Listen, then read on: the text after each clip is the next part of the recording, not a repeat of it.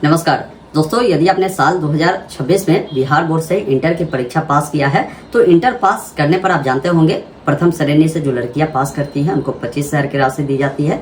Second division पर पास करने पर उन्हें जो है 15,000 की जो राशि है वो दी जाती है। तो इस स्कॉलरशिप के लिए अभी क्या है ना कि अप्लाई के लिए जो लिंक है वो एक्टिव कर दिया गया है। मैं आपको बता दूं, इसका जो ऑफिशियल तौर पर लिंक एक्टिव होना था 25 तारीख से लिंक एक्टिव होना था, लेकिन 24 तारीख को ही इसका जो लिंक है एक्टिव किया गया है। अभी मैं आपको अप्लाई कर दिखाऊंगा कि इसका अप्लाई प्रक्रिया कैसे करना है, लेकिन आपको थोड़ा सा वेट करना है। मैं आपको बता दूंगा कि कब आपको अप्लाई करना है। अभी सिर्फ आप प्रोसेस को समझिए कि क्या कुछ लग रहा है, कौन सी जानकारी आपको देना है। सभी चीजें अगर आपको समझना है तो इस वीडियो को लाइक कर दीजिए और इस वीडियो को सभी दोस्तों के साथ शेयर कर दीजिए, ताकि जो लोग भी 12वीं पास किए हैं इस स्कॉलरशिप के लिए अप्लाई प्रक्रिया को पूरा कर पाए। आइए मैं फिलहाल अपने स्क्रीन पर चलकर पूरी जानकारी स्टेप बाय स्टेप बताता हूँ कि कैसे इंटर पास स्कॉलरशिप के लिए अप्लाई प्रक्रिया आपको पूरा करना है।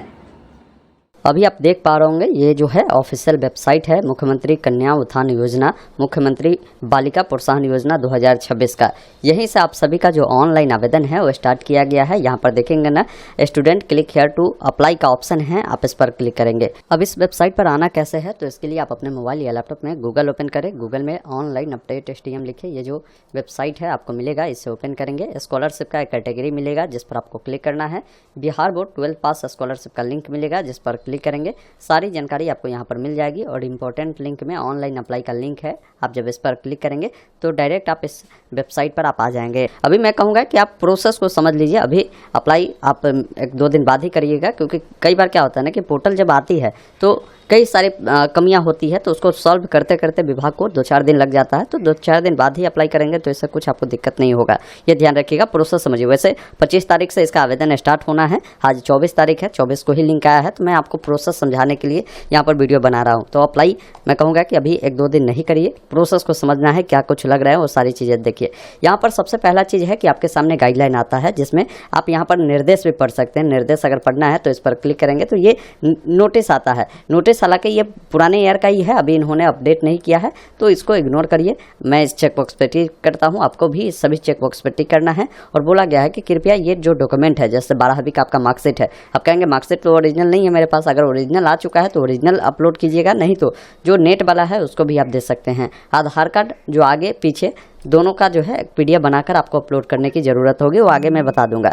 उसके बाद यहाँ पर कंटिन्यू का एक ऑप्शन मिलता है जिस पर आपको क्लिक करना है। अब देखिए, आपका जो भी रजिस्ट्रेशन नंबर है ये आपके एडमिट कार्ड पर लिखा होता है R/ ये कुछ होगा /2024 होगा। तो जो भी है आपका रजिस्ट्रेशन नंबर यहाँ पर आपको लिखना है। जैसे मैं समझा देता हूँ, बड़ा में है तो बड़ा में आपको लिखना है। इस प्रकार जो भी होगा आप अपने अनुसार यहाँ पर लिखिएगा। उसके बाद जो भी डेट ऑफ बर्थ है आपके 10वीं के मार्कशीट पर, उससे अकॉर्डिंग जैसे पहले जो भी साल है यहाँ पर कैलेंडर मिलता है, आप पहले साल को चुन लीजिएगा। जो भी महीना हो, जो भी डेट हो, इस प्रकार उसका चुनाव करना है।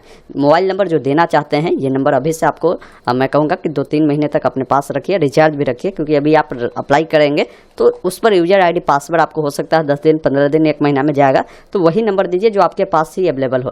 तो मोबाइल नंबर दीजिएगा। इस कैप्चा कोड को यहाँ पर फिल कर प्रोसीड वाले विकल्प पर क्लिक करना है। प्रोसीड करते ही आपके नंबर पर OTP जाता है और टाइमिंग भी शुरू हो जाता है। तो जो भी OTP मिला है ना आपको, उस OTP को यहाँ पर आपको फिलअप करना है और मोबाइल नंबर वेरीफाई करने के लिए बोला गया कि OTP वेरीफाई करें, जिस पर क्लिक करना है। इस प्रकार देखेंगे ना आपके सामने ये डिटेल फॉर्म आता है जो कि 12 पास स्टूडेंट के लिए है। यहाँ पर सबसे पहला चीज़ है कि आपको ये बताना होता है कि आपने जो भी पढ़ाई किया है ना, जैसे 12वीं का पढ़ाई किया होगा, वो किस ज़िले के इंस्टीट्यूट में आपने पढ़ाई किया है, तो वो चीज़ें आपको बताना है। जैसे मान लीजिए आपका जो कॉलेज था, जिस भी ज़िला में था, उस ज़िला का नाम यहाँ से चुनेंगे। अब आपका जो भी नाम है पूरा आपके मार्कशीट सर्टिफिकेट पे, उस अकॉर्डिंग आपको अपना पूरा नाम लिखना है। यहाँ पर पिताजी का नाम लिखना है, माताजी का नाम लिखना है, और सभी जानकारी अपने मन से नहीं लिखना है।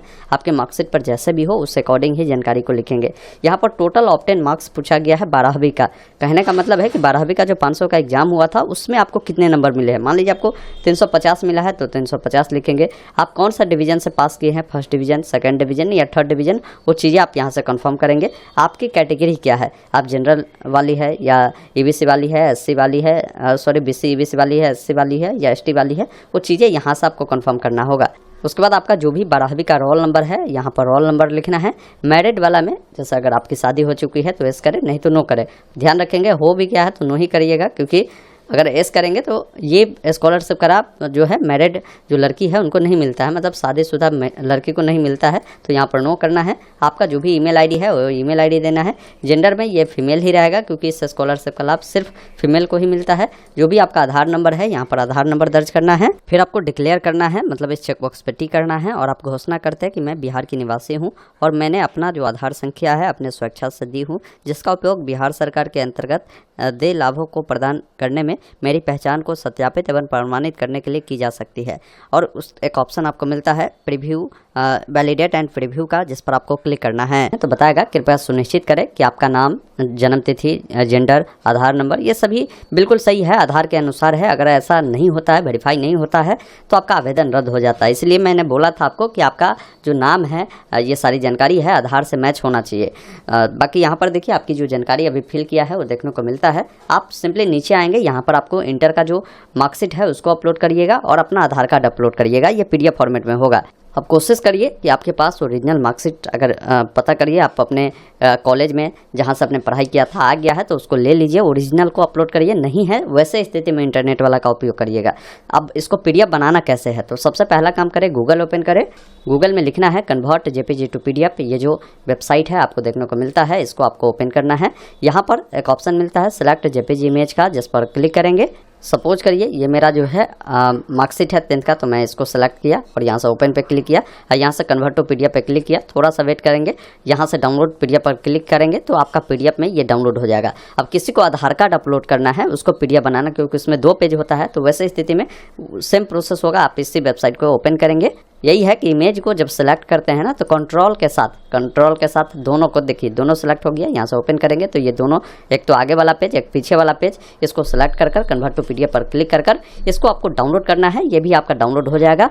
अब यहाँ पर आने के बाद जैसे मार्कशीट आपको अपलोड करना है वो 400 KB के अंदर में होगा। आधार कार्ड को यहाँ पर आप अपलोड कर दीजिएगा चूज कर। उसके बाद देखिए नीचे में एक ऑप्शन आपको दिए गए हैं रजिस्टर हेयर का, आपको इस पर क्लिक करना है। उसके बाद बताएगा कि आपका जो रजिस्ट्रेशन है सक्सेसफुली हो गया है। अब यहाँ पर कुछ जानकारी बोला गया है कि आपका आवेदन बिहार विद्यालय परीक्षा समिति के रिकॉर्ड से मिलाने के बाद स्वीकार किया जाएगा।